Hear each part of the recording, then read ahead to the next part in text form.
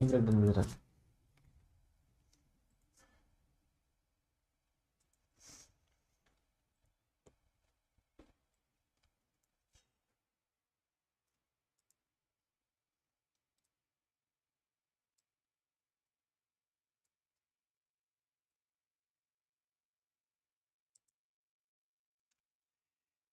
Friends, welcome to science magnet. दोस्तों कैसे हैं आप लोग सभी?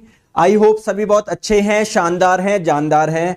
दोस्तों देखिए, अपनी डेली 1 PM पे क्लास होती है लाइव, बट कल क्लास नहीं हो पाई थी यार दोस्तों, मेरी थोड़ी तबीयत सही थी। ठीक है, तो उसके लिए माफी चाहता हूं। चलिए क्लास स्टार्ट करते हैं। सोर्स ऑफ एनर्जी हम लोग पढ़ रहे थे, ये इसका पार्ट नंबर 2 है और आज सोर्स ऑफ एनर्जी अपना पूरा कंप्लीट हो जाएगा। ठीक है, आ जाओ। बहुत बढ़िया दोस्तों, ठीक है, सभी बढ़िया हो ना? और मेरी आप लोगों से रिक्वेस्ट है, प्लीज हर क्लास के बाद में आप लोग टेस्ट जरूर अटेंड करिए। आपको टेस्ट सीरीज इसलिए दी गई है जिससे आप लोग देंगे ना टेस्ट, जिससे आप लोगों को सारा आप लोगों का कंफ्यूजन दूर हो जाए, आप लोगों को पता पड़ जाए कितनी चीजें आपको याद है, कितनी चीजें आप लोग को याद नहीं है। चलिए स्टार्ट करें। चलिए दोस्तों, सोर्स ऑफ एनर्जी का पार्ट नंबर 2 स्टार्ट करने जा रहे हैं। देखो, पिछली क्लास में मैंने आप लोगों को सोर्स के बारे में बताया था। सोर्स क्या होता है? हमने दोस्तों renewable source, non renewable source के बारे में देखा था। हम लोगों ने क्या देखा था? Conventional source, non conventional source के बारे में देखा था। मतलब हम लोग अलग अलग प्रकार के देख चुके थे। इस वाली क्लास की स्टार्टिंग हम लोग करेंगे कहां से? पावर प्लांट से। अब आप लोग बोलेंगे सर ये पावर प्लांट क्या होता है? दोस्तों पावर प्लांट आप लोगों का वो जगह है, वो आप लोगों का प्लांट है जहां से क्या बनती है? बिजली बनती है। जैसे अगर मैं आप लोगों को बोलूं कि यार वहां पर एक कार का प्लांट है, इसका मतलब वहां पर कार मैन्युफैक्चर होती है।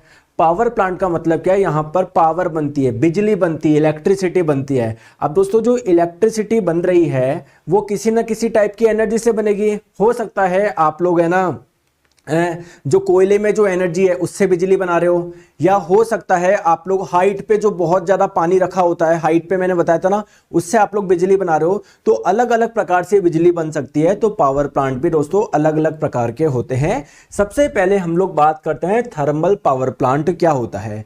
आइए मैं आप लोगों को इसकी पूरी की पूरी वर्किंग समझाता हूं।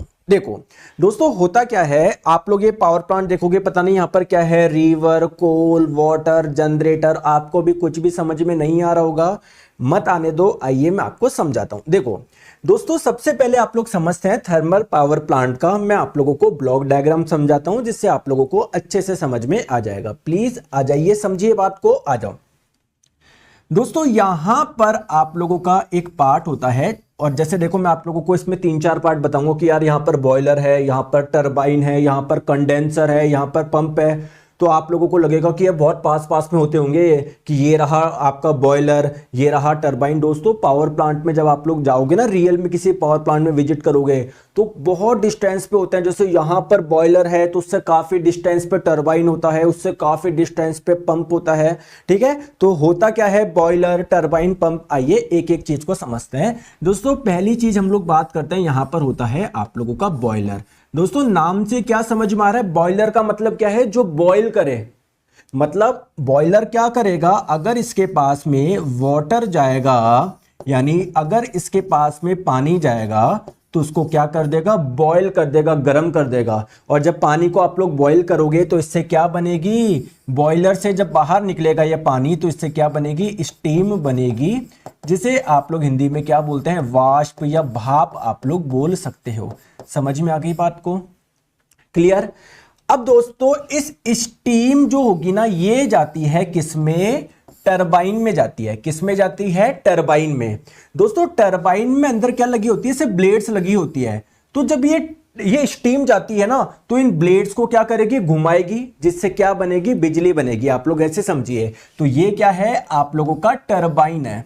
ये क्या है? आप लोगों का टरबाइन है। इसको हिंदी में भी हम लोग टरबाइन बोलते हैं। बेसिकली जब इसमें स्टीम जाएगी, भाप जाएगी, तो ब्लेड्स घूमेगी, इसी से क्या बनती है? बिजली बनती है। ठीक है गाइस, केमिस्ट्री और बायो हो गई क्या? नहीं दोस्तों, स्वाति जी फिजिक्स कंप्लीट होने के बाद में करेंगे हम लोग। अब आप लोग मुझे एक छोटी सी चीज बताइए दोस्तों, जब ये स्टीम यहां पर जाती है ना, तो उसका प्रेशर क्या होता है? बहुत ज्यादा होता है। उसका टेम्परेचर क्या होता है? बहुत ज्यादा। लेकिन जब टरबाइन अब उसका प्रेशर तो कम हो जाएगा, क्योंकि उसका जो प्रेशर था उसका यूज कहां पर हो गया, इन ब्लेड्स को घुमाने में। तो जब टरबाइन से स्टीम जब बाहर निकलेगी तो मैं बोल सकता हूं कि उसका प्रेशर क्या होगा सर, लो प्रेशर होगा, उसका दाब कम होगा, लो प्रेशर होगा, यानी उसका दाब क्या होगा, कम होगा। लेकिन आप लोग ऐसे ना समझे कि जो स्टीम गई थी, जो भाप गई थी, अब वो पानी में कन्वर्ट हो गया, नहीं, अभी भी क्या है आपके पास में, स्टीम ही है, अभी भी क्या है आपके पास में, भाप ही है।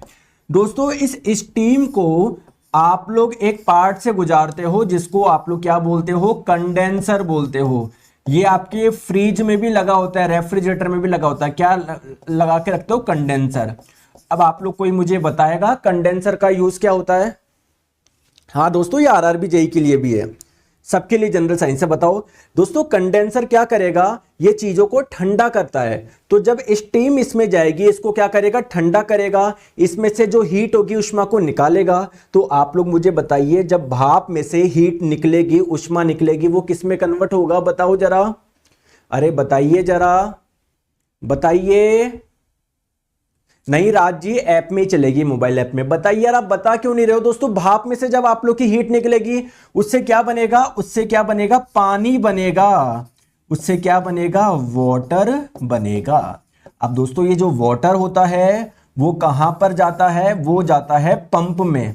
दोस्तों पंप क्या करता है, पंप पानी को ऊपर हाइट पे लेके जाता है ना, तो पंप क्या करेगा, ये जो पानी इसके पास में आया इसका प्रेशर बढ़ा देगा, जिससे पंप क्या चल जाए, ये पानी को कहां भेज दे, ऊपर भेज दे। फिर ये पानी वापस किस में जाएगा, बॉयलर में जाएगा। फिर बॉयलर से स्टीम बनेगी, भाप बनेगी। फिर जब ये बहुत हाई स्पीड वाली और प्रेशर वाली भाप जब टरबाइन में जाती है, ब्लेड्स को घुमाती है, इससे क्या मिलती है, आपको बिजली मिलती है। फिर दोस्तों ये आप लोगों की जो स्टीम नीचे आती है, ये जो कंडेंसर होता है, ये क्या करेगा, इस स्टीम में से हीट को निकाल लेगा, जिससे क्या बन जाएगी, स्टीम पानी में कन्वर्ट हो जाएगी। फिर ये पानी आपके पंप में जाएगी। दोस्तों ये ऐसे आप लोगों का होता रहेगा। तो ये पावर प्लांट का मैंने आप लोगों को ब्लॉक डायग्राम बताया। दोस्तों प्लीज अब मुझे एक चीज बताएंगे आप लोग। हाँ बलराम जी, अरे यार एएलपी टेक्नीशियन, ग्रुप डी वगैरह सबके लिए पढ़ लो। आप लोग मुझे एक चीज बताएंगे क्या, अभी आप लोगों को लग रहा होगा कि बॉयलर ये रहा, टरबाइन ये रहा, कंडेंसर ये रहा। दोस्तों जब आप लोग किसी पावर प्लांट में जाएंगे ना, तो काफी दूर पे होता है, ये 1-1 किलोमीटर दूर होता है। टरबाइन ये रहा तो 1 किलोमीटर या आधा किलोमीटर दूर वो रहा आप लोगों का कंडेंसर, फिर बहुत दूर पे होता है। और आपको लग रहा होगा दोस्तों बॉयलर इतना सा होता है, नहीं दोस्तों, 1-1 मंजिल के होते हैं। कभी देखा है क्या, कभी पावर प्लांट में जाके देखा है क्या, नहीं। तो अब आप लोग मुझे बताए, मेरे मन में एक क्वेश्चन है, कोई बताएगा कि इसका आंसर। बिल्कुल सर मैं बताऊंगा। दोस्तों आपने बॉयलर क्यों लगाया, सीधे पानी को टरबाइन में भेज देते, ये भी सर ब्लेड घुमा देता, ये भी बिजली बना देता, लेकिन सर आपने पानी को पहले बॉयलर से क्यों गुजारा, या मैं बोलूं टरबाइन में सीधे पानी को नहीं भेज के आपने भाप को क्यों भेजी। इसका आंसर बताइए, जल्दी से बताइए, बताओ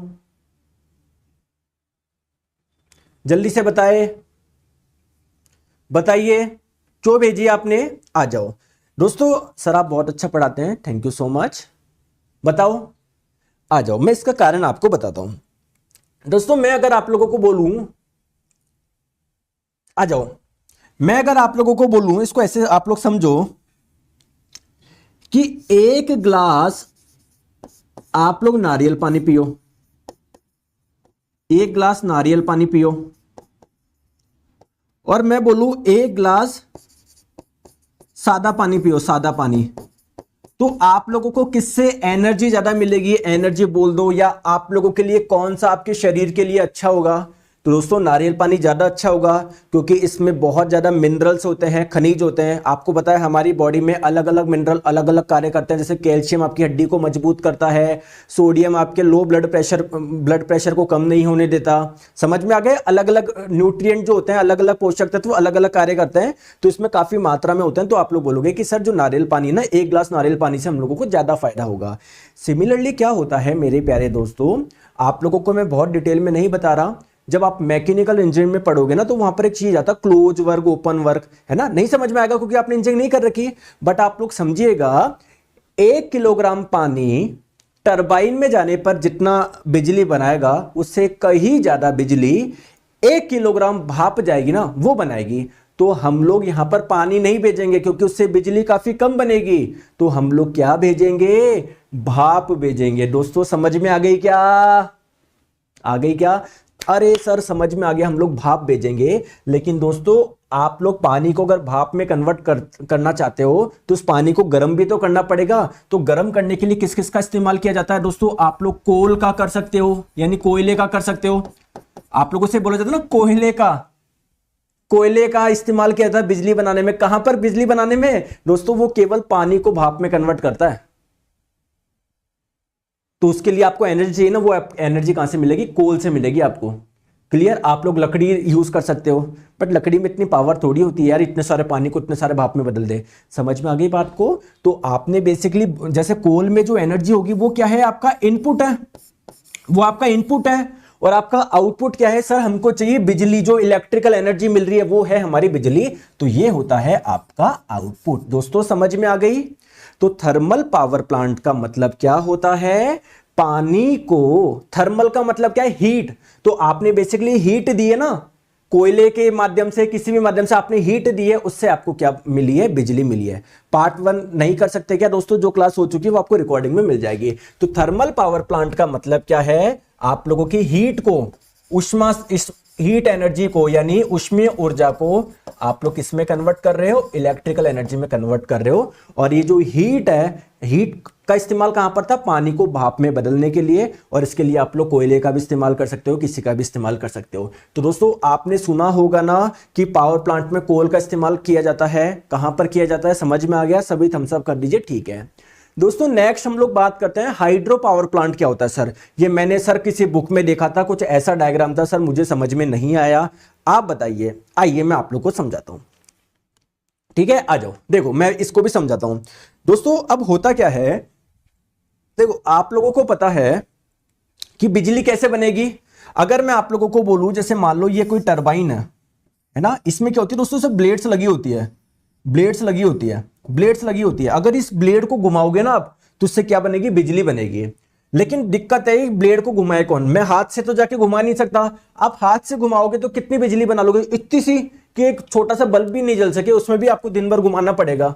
फिर क्या काम है? तो आप लोगों को चाहिए कैसे भी इस टरबाइन की जो ब्लेड्स है अंदर की, उसको हम लोग घुमा दे। तो हम लोग क्या कर रहे हैं? हमने क्या करा? एक नया तरीका अपनाया। हमने बहुत हाइट पे क्या रखा? बहुत हाइट पे क्या रखा दोस्तों? पानी रखा, पानी रखा। तो जब हाइट पे कोई चीज होती है तो उस पे कौन सी एनर्जी होती है? पोटेंशियल एनर्जी, स्थितिज ऊर्जा। अब हम लोगों ने क्या करा? इस पानी को एक पाइप के माध्यम से क्या लेकर आए? आई एम सॉरी, थोड़ा सा डायग्राम गलत बन गया। लो, एक पाइप के माध्यम से दोस्तों, ये जो हाइड्रोलिक पावर प्लांट या हाइड्रो पावर प्लांट में ये जो पाइप होता है ना, इस पाइप का नाम होता है पेनस्टॉक। क्या होता है? पेनस्टॉक। दोस्तों कोई नहीं बताएगा, देखो क्वेश्चन आता है आप लोगों को, इसलिए मैं आपको एक भी चीज छोड़ नहीं रहा। अच्छे से पढ़ाई करो आप लोग। तो जो हाइट पे जो पानी होता है, जिसके पास में स्थिर ऊर्जा होती है, जब ये पानी दोस्तों नीचे आता है ना, ये स्थिर ऊर्जा किस में बदल जाती है? गतिज ऊर्जा में। अब जो पानी यहां पर आ रहा है, क्या उसके पास में गति है क्या? जैसे पानी इस टरबाइन के अंदर जाएगा, उस ब्लेड को घुमाएगा, क्या इससे क्या मिलेगी? बिजली मिलेगी। तो ये ही आप लोगों का क्या है? हाइड्रो पावर प्लांट है या हाइड्रोलिक पावर प्लांट है। दोस्तों अब मैं आप लोगों से एक चीज पूछ रहा हूं, आप मुझे जवाब देंगे क्या? आपके मन में क्वेश्चन आएगा कि सर आपने यहां पर पानी को क्यों भेजा? यहां पर भी स्टीम यानी भाप को भेज देते हैं, जिससे हम लोगों को क्या मिल जाती? सर एनर्जी, मतलब बिजली ज्यादा मिलती। दोस्तों मेरा एक क्वेश्चन है, आप लोग कितना खर्च करोगे यार? मैं आप लोगों को बोल रहा हूं कि आप लोगों को 100 रुपए कमाना है। अब आपने 100 रुपए कमाने के लिए 200 रुपए खर्च कर दिए, क्या उस 100 रुपए कमाने का कोई मतलब है क्या? अरे मतलब है क्या? नहीं है ना। तो प्यारे दोस्तों, आप बिजली बनाने के लिए काम कर तो दिए यार, पानी को इतनी हाइट पे ले गए यार, उसके लिए आपको कितना वर्क करना पड़ा होगा पानी को हाइट पे ले जाने के लिए। अब पानी को भी लेके जा रहे हो, वहां पर जाके गर्म भी कर रहे हो, तो पता पड़ा इतनी बिजली नहीं बन रही। ठीक है, तो बिजली बन जाएगी यार, अपन आप हाइट पे लेके जा रहे हो यार, उससे बिजली बन जाएगी, कोई दिक्कत नहीं है। एनर्जी दे तो दी। हम पानी को गर्म क्यों कर रहे थे? वहां पर भी तो एनर्जी लग रही थी हमारी, तो इधर एनर्जी लगा तो दी, और कितनी एनर्जी लगाओगे आप? समझ में आ गया? ठीक है सर, ये दूसरा समझ में आ गया। दोस्तों नेक्स्ट हम लोग बात करते हैं बायोमास। इस बायोमास से एनर्जी कैसे बनती है? दोस्तों कुछ भी नहीं है बायोमास, वही सेम चीज है। देखो यहां पर, देखो यहां पर आपने क्या करा? पानी को भाप में कन्वर्ट करा, भाप से आप लोगों का टरबाइन से गुजारा, बिजली बन गई। तो दोस्तों पानी को भाप में कन्वर्ट करने के लिए आप लोग कोयले का भी इस्तेमाल कर सकते हो या फिर आप लोग बायोमास का भी इस्तेमाल कर सकते हो। सर नहीं आया समझ में, समझाता हूं। दोस्तों सबसे पहले समझते हैं बायोमास का मतलब क्या होता है। दोस्तों आप मुझे बताएं मास क्या होता है। सर मास का मतलब है द्रव्यमान। जैसे मैं बोलूं इसमें कितना मास है 1 किलोग्राम, तो इसमें 1 किलोग्राम कुछ वस्तु है, ठीक है क्या? ठीक है। अरे देवेंद्र जी यार पढ़ लो यार। Sir basic science and engineering कब आएगा? पहले जनरल साइंस तो पढ़ लो यार, जब आएगा नया कोर्स लॉन्च होगा तब बता दूंगा। अभी मैंने कोर्स जनरल साइंस का बोला था, जनरल साइंस तो पढ़ लो यार। अभी तक फिजिक्स कंप्लीट नहीं हुई, तुम्हारे कमेंट में रह जाते तुम यार। इतनी मेहनत कितने भी कर लो, सर वो कब होगा, सर इसमें आएगा क्या, सर उसमें आएगा, फिर कुछ बोलता हूँ आप बोलते हो सर गुस्सा हो गए आप। पढ़ लो यार, ये पढ़ोगे सब कुछ अच्छा होगा। पहले जनरल साइंस तो पूरी कर लो आपकी। कितना बड़ा सिलेबस है, दिख नहीं रहा क्या आपको? 1 महीने से भी फिजिक्स कंप्लीट नहीं हुई तो उड़ा उड़ा के नहीं पढ़ाता मैं कि भी ये उड़ा दो ये उड़ा दो। बट अगर आप टाइम वेस्ट करोगे तो दोस्तों देखो चीजें वो हो जाएगी, मेरे को एक्सप्लेन करने में समय नहीं मिलेगा, वरना मुझे पढ़ाने दो, ठीक है? देखो बस विश्वास करो सब बढ़िया होगा। एक जितना बोल रहा है सर टेस्ट में कुछ 1-2 क्वेश्चन का आंसर गलत है तो व्हाट्सएप करके बताया करो ना। जब तुम्हें बोलता हूं तब तो तुम्हारा एक भी नहीं आता, एक भी नहीं है गलत है तो इस नंबर पे व्हाट्सएप करके बता देना कि सर ये है 7374019437 पे, ठीक है? आ जाओ। हाँ मैं क्या बात कर रहा था, बायोमास। दोस्तों मास का मतलब क्या होता है? कुछ चीज यार ना, 1 किलो 2 किलो 50 ग्राम 40 ग्राम। बायो का मतलब क्या है? जो ऐसी चीज जो आपको किसी लिविंग से मिली है। हो सकता है आप लोगों को प्लांट से मिली हो सकता है आप लोगों को एनिमल से मिली हो, तो उसको आप लोग क्या बोलोगे? बायोमास बोलोगे। सर मुझे नहीं आया समझ में, आप मुझे बताओ और बताता हूं। दोस्तों जैसे मान लेते हैं हमारे पास में क्या थे, पेड़ थे। पेड़ मान लेते हैं दोस्तों खराब हो गए, पेड़ की कटाई से आपको क्या मिली? लकड़ी मिली। लकड़ी से आपने कुछ बनाया, अलमीरा वगैरह बना लिया, या मान लेते हैं आपने सोफा बना लिया, या फिर मान लेते हैं आपने बेड बना लिया। दोस्तों जब ये भी खराब हो जाएगा काफी समय के बाद में, जब खराब हो जाएंगे, खराब जो लकड़ी से होती ना, उसको आप लोग क्या बायोमास बोल सकते हो क्या? क्यों? क्योंकि आपको किसी लिविंग से मिला है, पेड़ से मिला ना, पेड़ लिविंग होता है, तो उसको आप लोग क्या बोलोगे? बायोमास बोलोगे। अब दोस्तों इस बायोमास से आपको एनर्जी कैसे मिलती है? या फिर आप लोग ऐसे देख लेते हैं, जो काऊ होता है, काऊ का जो डंग होता है, जो गोबर होता है, क्या यार ये भी तो आपको किसी लिविंग से मिला है, गाय से मिला है, भैंस से मिला है। तो आप लोगों ने देखा होगा इसको सुखा के छाने बनाए जाते हैं। राजस्थान में छाने बोलते हैं, हो सकता है आपके शहर में कुछ अलग नाम से जानते हो, उपले, है ना? गोबर को ऐसे दीवार पे छाप देते हैं, समझ गए बात को? फिर उसको जलाते हो तो उससे एनर्जी मिलती है ना, खाना पकाने में इस्तेमाल करते हो। तो बस आप लोग क्या कर रहे हो, यहां पर बायोमास को जला के जो एनर्जी मिल रही है ना, उसका इस्तेमाल आप लोग क्या कर रहे हो? बिजली बनाने में कर रहे हो। तो इसको हम लोग बोलेंगे बायोमास पावर प्लांट। और क्या बोलेंगे? सिंपल सी चीज है, ठीक है? कुछ इस टाइप का पूरा वो होता है बायोगैस प्लांट में, है ना? तो इसमें जो आप लोगों का बायोमास होता है उसको अंदर सड़ाया जाता है, उससे जो गैस निकलती है ना, उसका इस्तेमाल किया जाता है पानी को वाष्प में कन्वर्ट करने के लिए। तो जरा डिटेल में नहीं जाना, बस आप लोगों को समझना है बायोमास क्या होता है, ठीक है? आ जाओ दोस्तों नेक्स्ट बात करते हैं। अब सर ये बायोफ्यूल क्या हो गया? दोस्तों देखो बायोफ्यूल आप लोगों का क्या है, यहां पर भी आप लोग समझे। फ्यूल का मतलब क्या होता है सर? जिसको जलाने से एनर्जी मिले। बायो का मतलब क्या है? जो आप लोगों को कहां से मिल रहा है? किसी लिविंग से मिल रहा है। दोस्तों आप लोगों ने सुना होगा बायो एथेनॉल, सुना है क्या? नहीं सुना? कोई बात नहीं, आइए मैं आप लोगों को बताता हूं। देखो होता क्या है, प्लीज मेरी बात को आपको ध्यान से समझो। मैं आप लोगों को बोलूं कि बायो एथेनॉल ये हम लोग किस में मिलाते हैं? पेट्रोल वगैरह में मिलाते हैं। अभी बायो एथेनॉल क्या है आप लोग समझो। दोस्तों जो प्लांट होता है ना, पेड़ वगैरह होता है, उसमें कार्बोहाइड्रेट पाया जाता है जिसको हम लोग बोलते हैं सेल्यूलोज। जैसे पेड़ की लकड़ियों वगैरह में, पत्तों में, सब में मिल जाता है ये। दोस्तों पेड़ में एक और कार्बोहाइड्रेट पाया जाता है जिसका नाम है स्टार्च, जो अनाजों में बहुत ज़्यादा पाया जाता है, मक्के में, गेहूं में, है ना, आप लोगों का चावल में। और दोस्तों शुगर आप लोगों को पता ही है। तो इन सबको मिलके बनता है बायो एथेनॉल। दोस्तों जब हम लोग इसको पेट्रोल में या किसी और में मिलाते हैं ना, तो ये क्या करता है? उसकी प्रॉपर्टीज को कई ज़्यादा इंप्रूव कर देता है, ठीक है? तो इसलिए हम लोग क्या मिलाते हैं इसको? पेट्रोल वगैरह में इसमें हम लोग मिलाते हैं। ये चीज आप लोग ध्यान रखिएगा। समझ में आ गई बात को? आ जाओ नेक्स्ट हम लोग बात करते हैं विंड एनर्जी। विंड एनर्जी मैंने आप लोगों को बता दिया दोस्तों, जब हवा चल रही है तो जरूर उसके पास में एनर्जी होगी तभी तो चल रही है। तो उस एनर्जी का इस्तेमाल करके हम लोग बिजली बना सकते हैं। कैसे दोस्तों, ये देखो, ये आपका टरबाइन है, ये भी टरबाइन है, ये भी टरबाइन है। देखो इनमें ब्लेड लगी हुई है ना, तो जब हवा चलेगी इन ब्लेड को घुमाएंगे, इन ब्लेड को घुमाएंगे। अलग अलग प्रकार की ब्लेड्स हो सकती है, देखो ऐसे भी हो सकती है, ऐसे भी हो सकती है, ऐसे भी।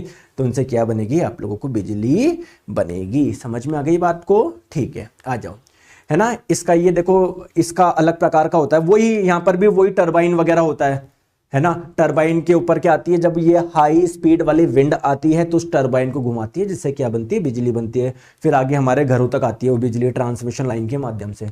आ जाओ, सोलर एनर्जी, ये भी, ये क्या बताने की जरूरत है, बताओ, बिल्कुल सिंपल चीज है। आप लोग एक चीज करके देख लो, किसी मेटल की प्लेट को आप लोग छत पे रख के देख लो, आप लोग देखोगे कुछ समय के बाद में वो गर्म हो जाएगी। तो क्या आपने उसको हीट दी क्या जाके? नहीं। फिर भी गर्म कैसे हो गई? क्योंकि जो आप लोगों के सन से जो लाइट रेज आ रही है, प्रकाश किरणें आ रही है, उनमें एनर्जी होती है जो कि क्या कर रही है, उस प्लेट को गर्म कर रही है। तो यानी सन में भी एनर्जी होती है दोस्तों। इसी एनर्जी को हम लोग बोलते हैं सोलर एनर्जी। और आप लोगों को पता है हमारे देश में सोलर पावर प्लांट भी है, जो कि क्या करते हैं, सोलर एनर्जी को इलेक्ट्रिसिटी में कन्वर्ट करते हैं। आप लोगों ने ये भी देखा होगा, ये तो इतने सिंपल कंस्ट्रक्शन होता है इनका कि आजकल तो घर पे भी लगने लग गया। बहुत जने अपने घर के ऊपर भी लगवा के रखते हैं। घर के ऊपर आप लोग थर्मल पावर प्लांट नहीं लगा सकते। क्यों? क्योंकि उसके तो बॉयलर इतने बड़े हैं, कंडेंसर, कितनी सारी चीजें होती है, इसमें कुछ भी नहीं है। केवल सिंपली आप लोगों की प्लेट्स होती है, जब उस पर सनलाइट पड़ेगी तो उससे क्या बनती जाएगी, बिजली बनती जाएगी। समझ में आ गई बात को? आ गई। अब देखो, आप लोगों को मैं एक चीज बता दूं, भारत में कितनी एनर्जी, कितनी बिजली आप लोग सोलर एनर्जी से प्राप्त करते हैं? 5000 trillion kilowatt hour. Kilowatt hour का मतलब है यूनिट। जैसे आप लोगों को पता है ना, आपके घर में बिजली का बिल आता है, जैसे महीने में मान लो 100 यूनिट की खपत करी है, 200 की करी, 300 की करी, 500 की करी, 50 की करी। तो दोस्तों भारत में बात करें 5000 ट्रिलियन यूनिट बनती है एक साल में। किससे? सोलर एनर्जी से। तो यार जो काफी ज्यादा अमाउंट है ना। अब देखो एक्चुअली में होता नहीं, ऐसा नहीं है कि, है ना, जितनी भी सोलर एनर्जी आ रही है उससे पूरी की पूरी बिजली बन जाती है। आप लोगों को पता है जो सूर्य से जो एनर्जी आ रही है, कुछ तो ओशियन पे पड़ती है। तो जो ओशियन होते हैं, जो समुद्र होते हैं, वो कुछ एनर्जी को खा जाते हैं। लैंड जो होती है, पृथ्वी, वो खा जाती है। तो बहुत कम जगह हम लोगों ने सोलर पावर प्लांट लगा रखे हैं, जो कि उसको किस में कन्वर्ट करेंगे, बिजली में कन्वर्ट करेंगे। बाकी सब जगह क्या होती है, वेस्ट होती है आप लोगों की। समझ में आ गई बात को? आ जाओ, नेक्स्ट हम लोग बात करते हैं टाइडल एनर्जी। दोस्तों इसमें भी कुछ भी खतरनाक चीज नहीं है, वही वाली चीज है, मैंने आपको पहले ही बता दिया। देखो होता क्या है, क्या आप लोगों को पता है? क्या, मैं पानी पी लेता हूं। क्या आप लोगों को पता है जो सूर्य होता है इसके चारों ओर पृथ्वी गति करती है? पता है क्या? बताइए।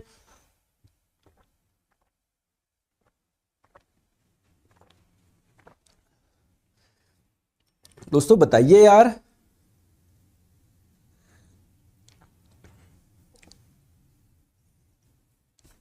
बताइए।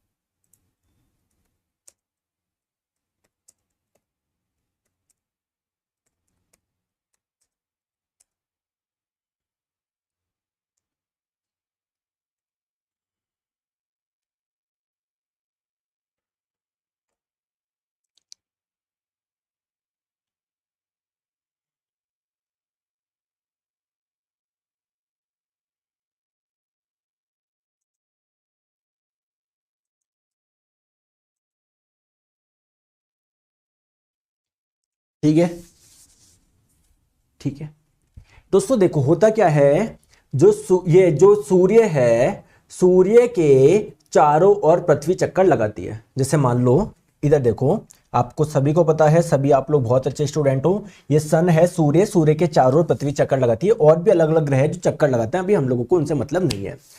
दोस्तों हम लोगों को यह भी पता है जो अर्थ है वो सूर्य के चारों ओर चक्कर लगा रही है, डेट्स गुड।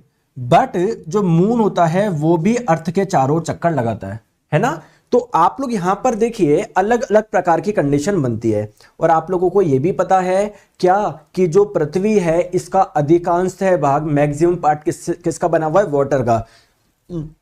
पृथ्वी का कितना भाग वाटर से बना हुआ है आप लोग को पता है? 71% यार। कितना 71% जो भाग है वो किससे बना हुआ है, वाटर से बना हुआ है।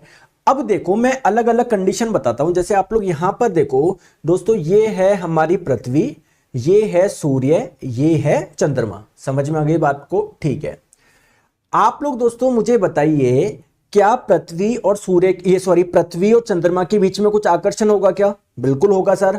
तो जब ये चंद्रमा इधर होगा तो पृथ्वी को अपनी ओर आकर्षित करेगा, पृथ्वी इसको अपनी ओर आकर्षित करेगी। तो जब ये पृथ्वी को अपनी ओर आकर्षित करेगा तो जो पानी का मैक्सिमम भाग है वो इसकी ओर जाएगा कि इसकी ओर जाएगा क्या? तो यहां पर क्या आएगी, लहरें आएगी, क्योंकि यहां से पानी इधर की ओर जाएगा। क्लियर है क्या? क्लियर है क्या? यहां पर आप लोग देखो, जैसे मान लो चंद्रमा यहां पर है, ये पृथ्वी यहां पर है, तो इसका जो पानी ना भी थोड़ा इस साइड और खींचेगा, तो लहरें, मतलब जब लहरें खींचेगी यार उसके पास में एनर्जी होगी नहीं होगी? क्योंकि उस एनर्जी का इस्तेमाल कर लो यार आप बिजली बनाने में। बिजली क्या है, एक प्रकार की इलेक्ट्रिकल एनर्जी है ना। तो इलेक्ट्रिकल एनर्जी उत्पन्न थोड़ी कर सकते हो आप लोग, क्या कर सकते हो, फॉर्म चेंज कर सकते हो। तो यार जब लहरें चल रही है, इसके पास में जो एनर्जी है, अगर कोई मोशन करता है तो उसके पास में काइनेटिक एनर्जी, गतिज ऊर्जा होती है ना, उसका इस्तेमाल करके आप बिजली बना दो, क्या दिक्कत है यार? ठीक है। अब सर ये जियोथर्मल एनर्जी क्या है? कुछ भी नहीं है दोस्तों। क्या आप लोगों को मैं एक चीज बताओ, मुझे एक छोटी सी चीज बता दो। अगर मैं आप लोगों को बोलूं, प्लीज ध्यान से देखिए, आपको क्या करना था, आपकी एनर्जी खर्च कहां पर हो रही है? जैसे मैंने आपको पावर प्लांट बताया था, उसमें मैंने क्या बताया था, सर ये बॉयलर है ना। जब मैं इसके पास में पानी भेज रहा हूं ना, तो ये क्या कर देगा, इसको वाष्प में, भाप में कन्वर्ट कर देगा, फिर वो टरबाइन में जाएगी ना, तब हमको बिजली मिल जाएगी। तो आपका इनपुट क्या है, आपको एनर्जी कहां पर लगानी पड़ रही है? आपको यहां पर लगानी पड़ रही है। इस पानी को भाप में कन्वर्ट करने के लिए कितनी एनर्जी लगती है आपको पता है? लेकिन उस एनर्जी का फायदा है, क्यों? क्योंकि जब वो भाप टरबाइन में जा रही है तो आपको बिजली बना के दे रही है। तो ये वाली एनर्जी कैसे कैसे कर सकते हो सर? आप लोग कोयले का इस्तेमाल कर सकते हो। सेम मैं आप लोगों को एक चीज बता रहा हूं कि जो ये हमारी पृथ्वी होती है ना, इसके दोस्तों अंदर इसमें ना, इस वाले पार्ट में काफी ज्यादा हीट होती है दोस्तों। क्या उस हीट का इस्तेमाल कर लूं क्या मैं इस पानी को भाप में कन्वर्ट करने के लिए? बताओ, तो मजा आ जाएगा ना। तो होता क्या है दोस्तों, इस हीट का इस्तेमाल करके, मतलब पृथ्वी में अंदर जो हीट है, उष्मा है, इसका इस्तेमाल कर लो पानी को वाष्प में कन्वर्ट करने के लिए। फिर वाष्प जब टरबाइन में जाएगी तो आप लोगों को क्या मिल जाएगी, बिजली बन जाएगी। तो दोस्तों ऐसा पावर प्लांट है जहां पर कौन सी उष्मा का इस्तेमाल हो रहा है, पानी को वाष्प में कन्वर्ट करने के लिए, इस अर्थ वाली को। तो ऐसे पावर प्लांट को आप लोग, इस एनर्जी को तो बोलते हैं जियोथर्मल एनर्जी। जियो का मतलब होता है अर्थ, थर्मल का मतलब है हीट। तो जो पृथ्वी में जो हीट है, इस एनर्जी को आप लोग बोलोगे जियोथर्मल एनर्जी, और इसका इस्तेमाल कर रहे हो बिजली बनाने में, तो ऐसे प्लांट को आप लोग बोलोगे जियोथर्मल पावर प्लांट। दोस्तों क्लियर है क्या? तो देखो जियोथर्मल पावर प्लांट में क्या होता है, ये जो हमारी ये जो अर्थ है ना, इसके अंदर जो आप लोग की हीट होती है ना, उसका इस्तेमाल किया जाता है किस लिए? पानी को वाष्प में कन्वर्ट करने के लिए। ठीक है दोस्तों, क्लियर है? समझ में आ गई? ठीक है। मनोज स्वामी जी भी ब्लॉक कर दूंगा मैं, इंस्टेंट स्पीड करवा देना। तुम्हारे ये तो सब उड़ ही गया, इंस्टेंट स्पीड, पता नहीं कौन से चैप्टर की बात कर रहे हो। यहां पर तो कुछ समझ में आ रहा, 10-20 मिनट से एक ही कमेंट करो इंस्टेंट स्पीड। ये आगे क्या समझ में ही है, बेवकूफों की जैसे। फिर जब मैं आगे पढ़ाऊंगा, बायोलॉजी पढ़ाऊंगा, तब बोल देना सर जियोथर्मल एनर्जी समझ में नहीं आया, वो क्या था, भूतापीय ऊर्जा। बेवकूफों की जैसे इंस्टेंट स्पीड करवाओ, शेकी मार रहे हो इधर। माता पिता ने भेजा है, बच्चा पढ़ रहा होगा, बच्चा तो एक ही कमेंट कर रहा है इंस्टेंट स्पीड, पता नहीं कहां से कोई टर्म सीखा है। ठीक है, आ जाओ।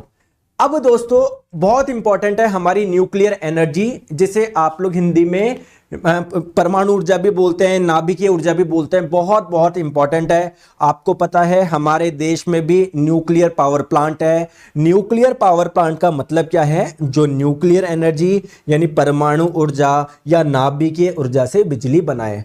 अब सर ये बिजली तो हम लोग देख लेंगे कैसे बनती है, बट ये तो मुझे बताओ न्यूक्लियर एनर्जी यानी नाभिकीय ऊर्जा होती क्या है? आइए मैं आप लोगों को इसको समझाता हूं। दोस्तों आ जाओ, प्लीज ध्यान से आप लोग समझो। दोस्तों आपको पता है ना, कोई भी चीज होती है ना, वो बहुत छोटे छोटे पार्टिकल से बनी होती है। जैसे मैं अगर बात करूं, लोहे की रॉड है ये, तो लोहे की रॉड है ना, बहुत छोटे छोटे पार्टिकल से मिलकर बनी हुई है। तो इन छोटे छोटे पार्टिकल्स को आप लोग क्या बोलोगे दोस्तों? एटम यानी परमाणु बोलेंगे। ठीक है, दोस्तों हम लोग केमिस्ट्री में पढ़ेंगे इस एक एटम के बारे में, बट आप लोगों को क्या पता है क्या कि जो एटम होता है ना सर, परमाणु होता है, उसके बीच में होता है न्यूक्लियस यानी नाभिक। क्या आपको इतना सा पता है? क्या बस इतना सा ज्ञान होना चाहिए?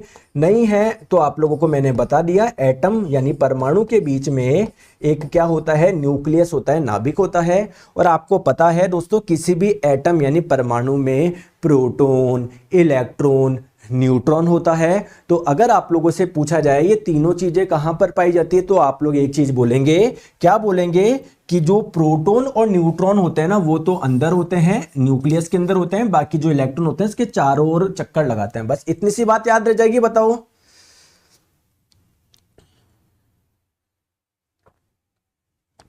बताइए।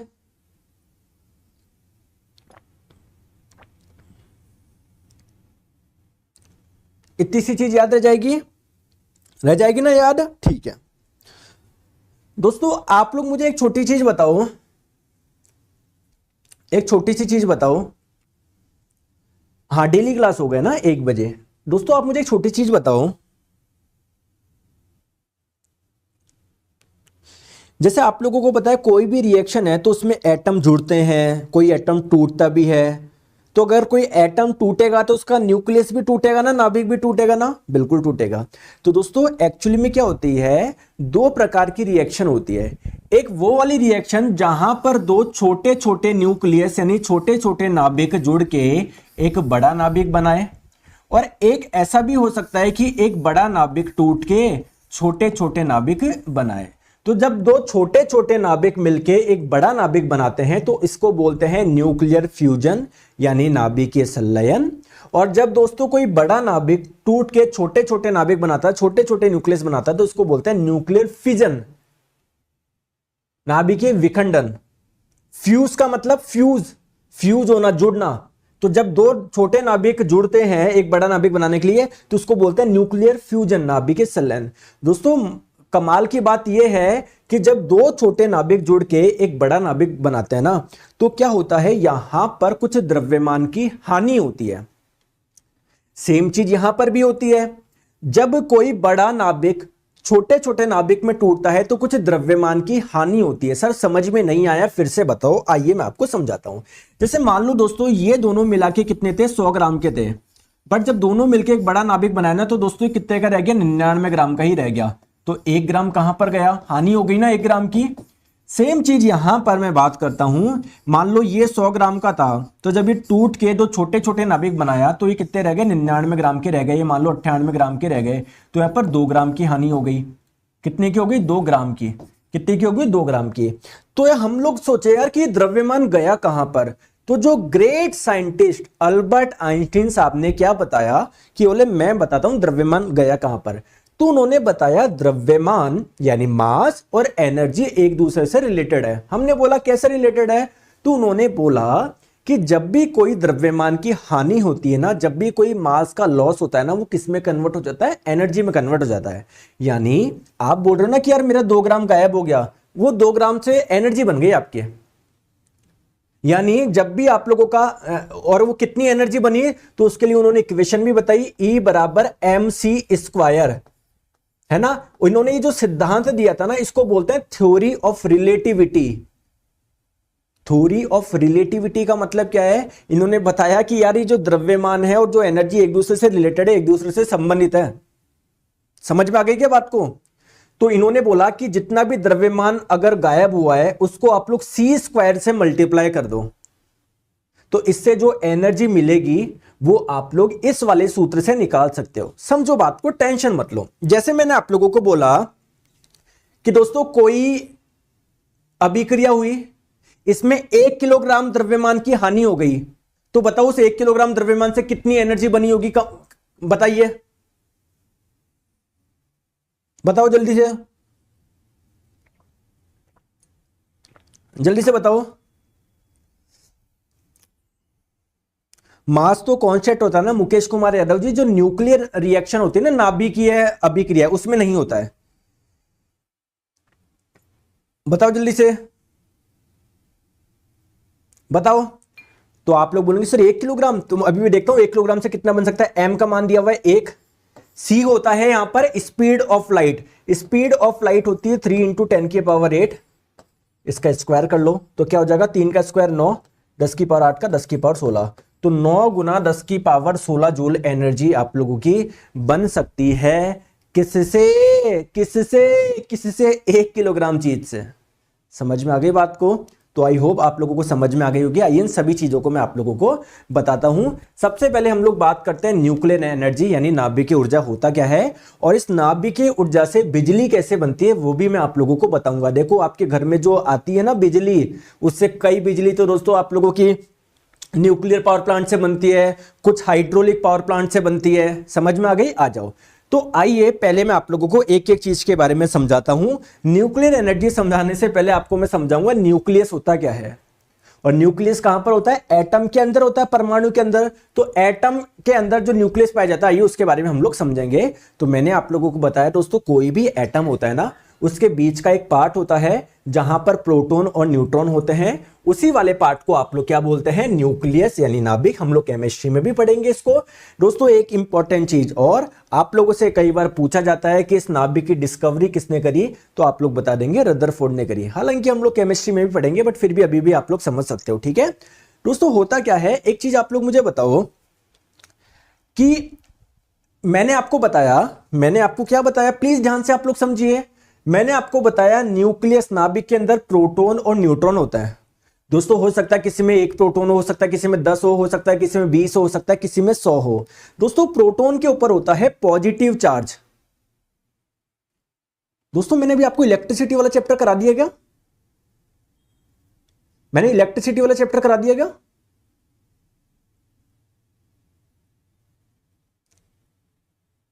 दो चैप्टर बचा है यानी अपने फिजिक्स में, एक तो इलेक्ट्रिसिटी वाला और मेजरमेंट वाला।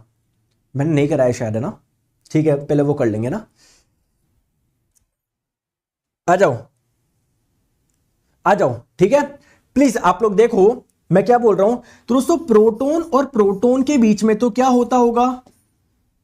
रिपल्शन होता होगा, क्योंकि दोनों पे पॉजिटिव चार्ज होते हैं, दोनों पे धनात्मक आवेश होते हैं, और पॉजिटिव चार्ज एक दूसरे को रिपेल करते हैं, प्रतिकर्षित करते हैं। तो दोस्तों ये प्रतिकर्षित करते हैं, फिर भी एक साथ क्यों बंधे हुए हैं?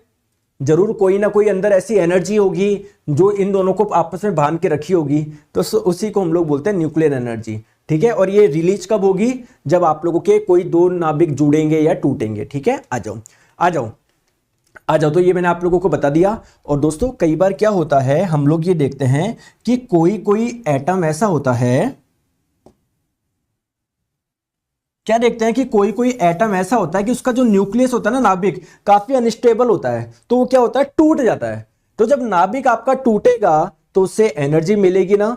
तो दोस्तों इसी फिनोमिना को हम लोग रेडियो एक्टिविटी बोलते हैं। बहुत जनों को लगता है रेडियो एक्टिविटी पता नहीं क्या है। रेडियो एक्टिविटी आप लोग इसे ही बोलते हैं जब भी कोई न्यूक्लियस यानी जब कोई नाभिक आपका अनस्टेबल होता है तो ये आप लोगों का टूट जाता है और एनर्जी रिलीज करता है। इसी प्रक्रिया को आप लोग क्या बोलते हैं? रेडियो एक्टिविटी बोलते हैं। चलो आगे आ जाओ। चलो पहले हम लोग समझते हैं न्यूक्लियर फिजन यानी नाभिकीय विखंडन क्या होगा। दोस्तों एक बड़े नाभिक में एक बड़े नाभिक का छोटे छोटे नाभिक में टूटना क्या कहलाएगा? नाभिकीय विखंडन। देख लो जैसे ये बड़ा नाभिक था, छोटे छोटे नाभिक में टूट गया, तो इससे क्या मिलेगी? तो इस प्रक्रिया को आप लोग क्या बोलोगे? नाभिकीय विखंडन। और दोस्तों एक चीज आप लोग और याद रखना, चाहे नाभिकीय विखंडन हो चाहे नाभिकीय संलयन हो, फ्यूजन हो फिजन हो, दोनों में ही क्या निकलती है? एनर्जी निकलती है। और इसी एनर्जी को हम लोग बोलते हैं न्यूक्लियर एनर्जी यानी नाभिकीय ऊर्जा। ठीक है, देखो यहां पर आप लोग देखो एक बड़ा नाभिक था, अब देखो टूटेगा ये। अरे टूट जा भैया टूट जा। अच्छा ये फोटो पूरा वीडियो लगा नहीं, ये टूट के जब छोटे छोटे पार्ट में टूटेगा ना, तो इसे ही हम लोग क्या बोलेंगे? नाभिकीय विखंडन बोलेंगे। आ जाइए इस नाभिकीय विखंडन के बारे में हम लोग समझते हैं। दोस्तों आप लोग मुझे बताओ, केमिस्ट्री में बहुत सारे तत्व होते हैं ना, hydrogen, helium, lithium, beryllium, boron, carbon, nitrogen, oxygen, fluorine, neon, sodium, magnesium. वैसे ही दोस्तों यूरेनियम भी होता है। ठीक है दोस्तों, किसी भी तत्व को रिप्रेजेंट करने का एक तरीका होता है। जैसे यूरेनियम को ऐसे रिप्रेजेंट करा जाता है 92, देखो ये लिखा हुआ है 92U235। जैसे हाइड्रोजन को कैसे, जैसे ऑक्सीजन को कैसे करा जाता है? ऐसे करा जाता है। ठीक है ठीक है। अब आप लोग बोलेंगे सर इसका मतलब क्या है? दोस्तों ये जो नीचे जो नंबर लिखा होता है ना, ये है परमाणु क्रमांक, एटॉमिक नंबर, जो प्रोटॉन की संख्या बताता है, और ये बताता है प्रोटॉन प्लस न्यूट्रॉन की संख्या। ठीक है, तो मैंने यूरेनियम का एक न्यूक्लियस लिया, नाभिक लिया। दोस्तों न्यूक्लियस नाभिक के अंदर क्या क्या होता है? प्रोटॉन और न्यूट्रॉन होता है। तो टोटल प्रोटॉन और न्यूट्रॉन कितने हैं? 235 है। किसमें? यूरेनियम के एक न्यूक्लियस में, नाभिक में। दोस्तों आपने इसमें क्या डाला? एक न्यूट्रॉन डाला। तो जब आपने इसमें एक न्यूट्रॉन डाला तो प्रोटॉन की संख्या कितनी रहेगी? प्रोटॉन तो पहले दोस्तों 92 थे, अभी भी 92 था, लेकिन प्रोटॉन प्लस न्यूट्रॉन की संख्या पहले 235 थी, अब कितनी हो जाएगी? 236, क्योंकि एक न्यूट्रॉन एक्स्ट्रा आ गया। तो आप लोग देख रहे हो जो न्यूक्लियस पहले ऐसा था, थोड़ा सा मोटा हो गया। दोस्तों न्यूक्लियस से मोटा होता है ना, ये काफी अनस्टेबल होता है। तो अनस्टेबल होकर ये छोटे छोटे न्यूक्लियस में टूट जाता है। तो छोटे छोटे न्यूक्लियस में टूट गया, और इससे क्या मिली? आपको एनर्जी मिली। इसे ही आप लोग बोलते हैं न्यूक्लियर एनर्जी, यानी नाभिकीय ऊर्जा। अभी इसी से हम लोग क्या बनाएंगे? बिजली बनाएंगे, टेंशन मत लो। और दोस्तों एक चीज आप लोग यहां पर नोट कर रहे होंगे, यूरेनियम के एक नाभिक को तोड़ने के लिए आपने क्या डाला? एक न्यूट्रॉन डाला। लेकिन न्यूट्रॉन ने इसको तो तोड़ा तो सही, साथ में 3 न्यूट्रॉन क्या कर दिए? और निकाल दिए। 3 न्यूट्रॉन और निकाल दिए। ठीक है क्या? समझ में आ गई? अभी कहानी बहुत इंटरेस्टिंग होगी, टेंशन मत लो। ठीक है, फिर से समझो मैं क्या बोलना चाह रहा हूं, फिर से आप लोग समझो। दोस्तों यूरेनियम का आपके पास में एक नाभिक था, आपने क्या डाला? इसमें एक न्यूट्रॉन डाला। यहां पर देखो, यूरेनियम का एक नाभिक था, आपने इसमें क्या डाला? एक न्यूट्रॉन डाला, जिससे अनस्टेबल हो गया, तो छोटे छोटे न्यूक्लियस में, नाभिक में टूट गया। अगर आप लोगों से पूछा जाए एग्जाम में कि यूरेनियम का जब नाभिक टूटता है तो 2 आपको नाभिक मिलते हैं ना, वो 2 नाभिक किसके किसके होते हैं? तो एक तो मिलता है आपको बेरियम का, और एक मिलता है क्रिप्टॉन का। याद रख लेना दोस्तों, बहुत इंपॉर्टेंट है। ठीक है, और आपने ये भी देखा कि जब ये बड़ा नाभिक 2 नाभिक में टूट रहा है तो साथ में आपको 3 न्यूट्रॉन और मिल रहे हैं। 3 न्यूट्रॉन और मिल रहा है। फिर मान लो ये एक न्यूट्रॉन किसी दूसरे नाभिक के पास में गया, फिर इसको तोड़ेगा, फिर इससे 3 निकलेंगे। फिर ये वाला न्यूट्रॉन इस पे गया, इस तोड़ेगा, 3 निकलेंगे। तो आप देख रहे हो काफी एक चैन बनती जाएगी, नहीं बनती जाएगी? अरे चैन बनती जाएगी, नहीं बनती जाएगी? अरे बोलो ना यार दोस्तों।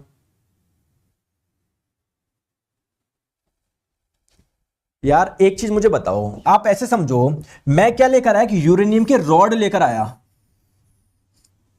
जिसमें क्या है? यूरेनियम के बहुत सारे एटम है, लाखों करोड़ों एटम है। लो मैंने कर दिया। ठीक है, लाखों करोड़ों एटम है, हर एटम के बीच में एक न्यूक्लियस है, नाभिक है, यानी लाखों करोड़ों न्यूक्लियस है। अब दोस्तों एक न्यूट्रॉन आपने भेजा, एक न्यूट्रॉन आपने भेजा, ये टूटा, इसने एनर्जी दी, साथ में क्या करा? इसने 3 न्यूट्रॉन और निकाल दिए। चलो एक ये रहा, एक ये रहा, एक ये रहा। दोस्तों ये न्यूट्रॉन गया, इसके पास में ये न्यूट्रॉन गया, इसके पास में ये न्यूट्रॉन गया, इसके पास में, इस न्यूट्रॉन ने इसको तोड़ा, 3 निकाले, इसको तोड़ा, 3 निकाले, इसको तोड़ा, 3 निकाले, वे 3 और इससे 3 निकले। लो 1 2 3, इससे 3 निकले, 1 2 3, इससे 3 निकले, 1 2 3, फिर एक इस पे जाएगा, एक इस पे, एक इस पे। तो क्या अनकंट्रोल हो जाएगी कि बढ़ती रहेगी, बढ़ती यार, कितनी सारी एनर्जी रिलीज हो जाएगी।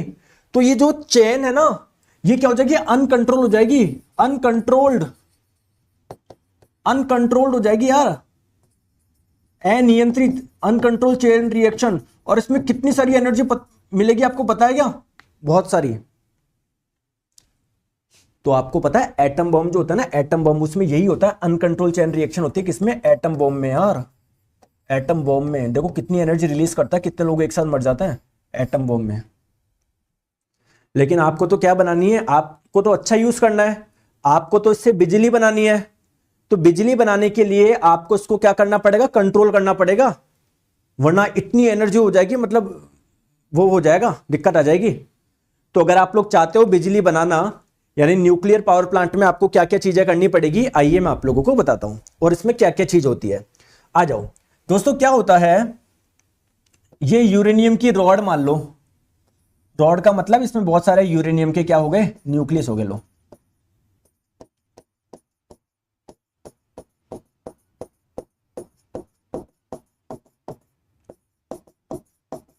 समझ गए बात को? दोस्तों एक न्यूट्रॉन गया,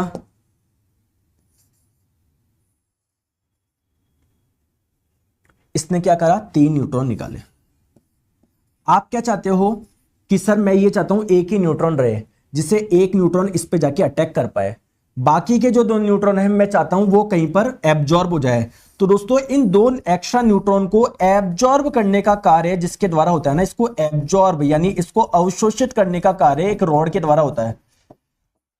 ठीक है, उसको हम लोग क्या बोलते हैं, कोई बोल सकता है क्या? उस रॉड को हम लोग बोलते हैं कंट्रोल रॉड। कंट्रोल रॉड यानी नियंत्रक छड़।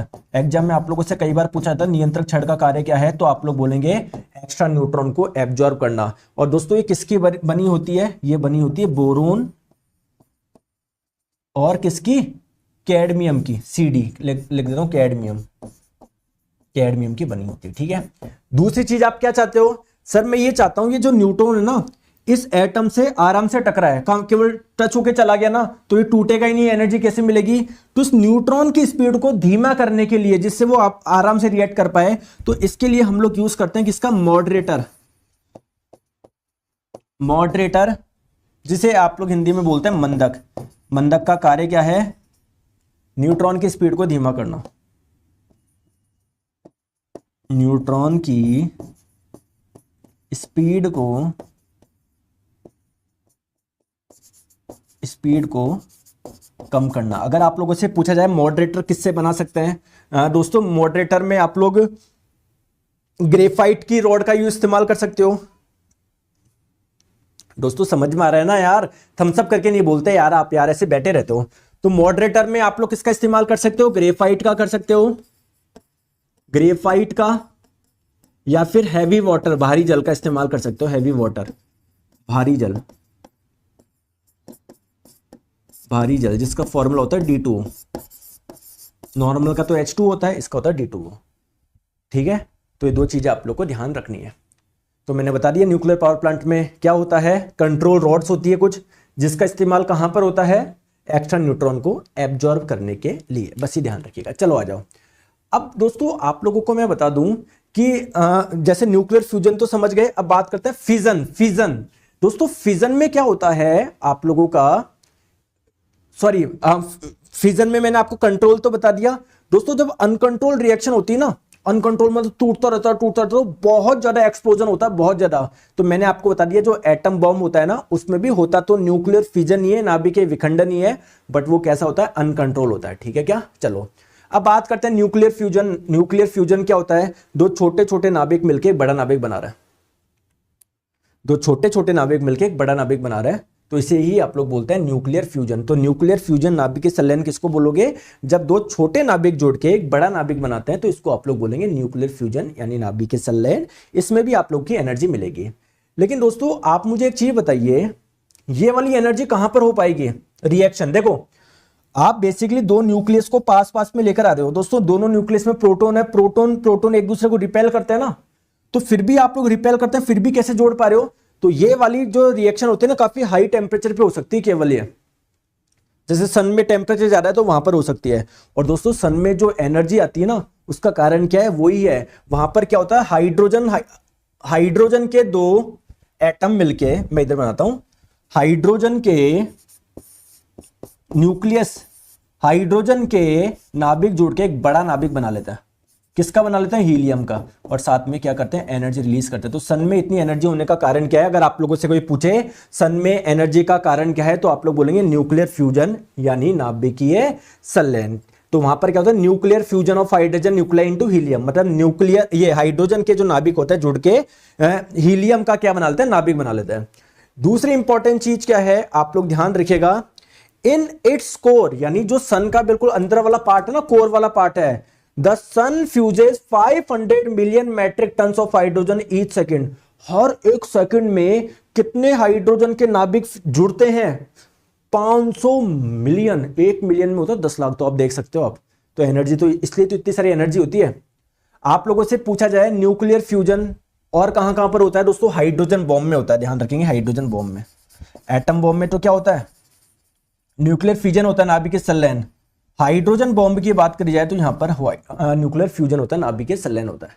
ठीक है, तो दोस्तों दोनों में डिफरेंस बताता हूं। न्यूक्लियर फिजन में, विखंडन में क्या है? ये जो एक बड़ा नाभिक है वो छोटे छोटे नाभिक में टूट रहा है, जबकि न्यूक्लियर फ्यूजन नाभिकीय संलयन में क्या है? छोटे छोटे नाभिक जोड़ के एक बड़ा नाभिक बना रहा है। क्लियर है क्या? आ जाओ दोस्तों, ये एक चीज मैं और आप लोगों को बताता हूं। जैसे मान लो आपको मैं बताता हूं 3 टाइप की एनर्जी, जैसे फिजन फ्यूजन तो मैंने आपको बता दिया। केमिकल में जैसे मान लीजिए किसी कार्बन को जला रहे हो या कुछ भी किसी भी चीज को जला रहे हो, तो मान लो कार्बन को आपने जलाया ऑक्सीजन के प्रेजेंट में तो कार्बन डाइऑक्साइड बना, यहाँ पर ऐसी रिएक्शन होती है। यहाँ पर मैंने बता दिया क्या होता है, फ्यूजन में मैंने बता दिया हाइड्रोजन हाइड्रोजन जुड़ के क्या होता है, हीलियम बनाता है। जो मेन चीज है बस आप लोग यहाँ पर देखो, ठीक है, प्लीज यहाँ पर देखो, जूल में बात करें पर केजी कितने जूल एनर्जी मिलेगी। तो अगर कोई केमिकल रिएक्शन की बात करें जहां पर कोई चीज जल रही है उससे एनर्जी मिल रही है, तो 1 किलोग्राम कोई चीज जलाओगे, मान लो कोयला जलाओगे तो उससे लगभग इतनी एनर्जी मिलेगी। 1 किलोग्राम अगर आप लोग फिजन करवाओगे किसी का, जैसे मान लो आपने यूरेनियम लिया उसका विखंडन करवा रहे हो, तो आपको 2.1 इंटू 10⁻12 मिलेगी। अगर आप लोग मान लो फ्यूजन करवा रहे हो तो उससे 3.4 इंटू 10⁻14, यानी सबसे ज्यादा एनर्जी आपको किससे मिलती है, फ्यूजन से मिलती है, नाभिक के संलयन से मिलती है। क्लियर है क्या? ठीक है, तो दोस्तों थैंक यू सो मच, ये अपना चैप्टर पूरा कंप्लीट होता है। ठीक है, अब हम लोग पढ़ते हैं नेक्स्ट चैप्टर। दोस्तों एक काम करते हैं, देखो यार मैं आपको टू बी ऑनेस्ट बताऊं, अपना एक मेजरमेंट बचा इलेक्ट्रिसिटी, तो पहले मेजरमेंट कंप्लीट करा दो, बहुत छोटा सा चैप्टर है। कल एक काम करते हैं, कल मेजरमेंट करा देता हूं आपको, फिर आपका इलेक्ट्रिसिटी करा दूंगा, फिर फिजिक्स पूरी कंप्लीट हो जाएगी, देन अपन बायोलॉजी स्टार्ट करेंगे। ठीक है क्या? हाँ दोस्तों, रिकॉर्डेड मिल जाएगी, जो भी क्लास लाइव होती जा रही है वो आपको फिर रिकॉर्डेड में कन्वर्ट होती जाएगी। ठीक है, इनकेस अगर आप मिस भी करते हो तो आपको मिल जाएगी। ठीक है, लाइव पढ़ो रिकॉर्डेड पढ़ो, कैसे पढ़ो बस पढ़ लो, कोई फर्क नहीं पड़ता, आप लाइव पढ़ो रिकॉर्डेड पढ़ो, बस अच्छे से पढ़ो। मैं आपको जो भी चीज बता रहा हूं उसको आप लोग अच्छे से नोट करिए। ठीक है दोस्तों, थैंक यू सो मच, अपना ध्यान रखिए, बाय बाय।